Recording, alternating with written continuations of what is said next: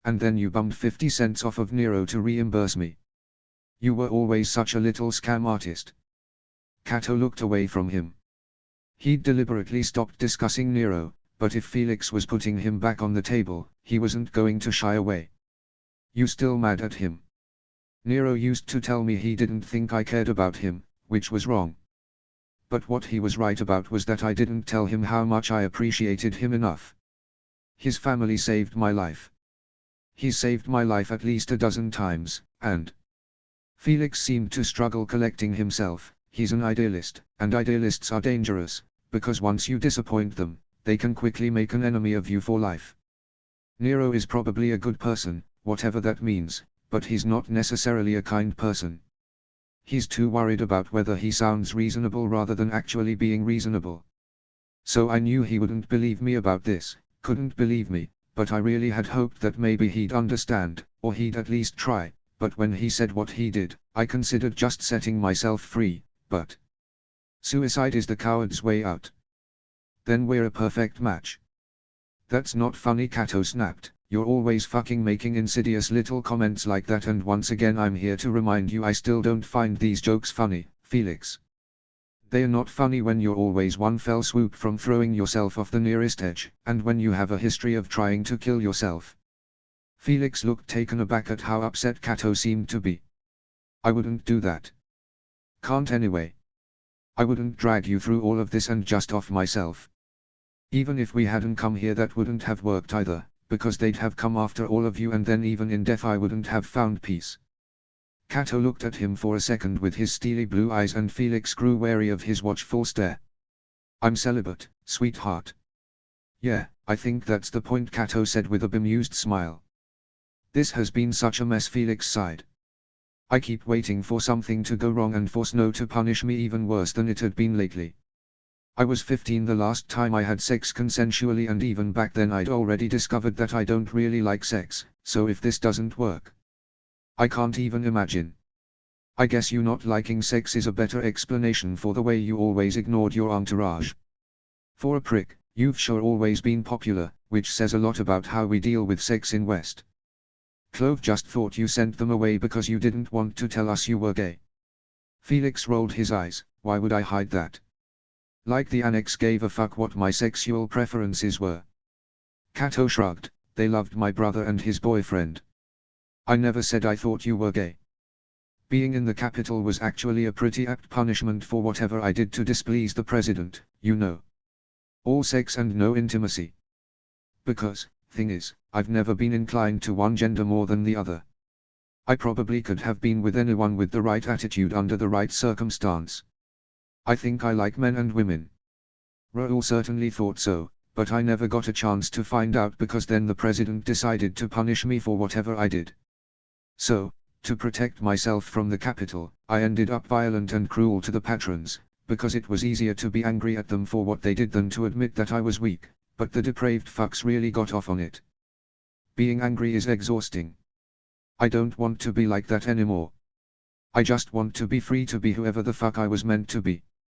So let's do it then, Cato said, resolutely. I don't want Oliver growing up in a world where he derives his worth from how many easy kills he can collect. Let's do it for him and your sister and her Rugrat and Mars, and for your freedom and...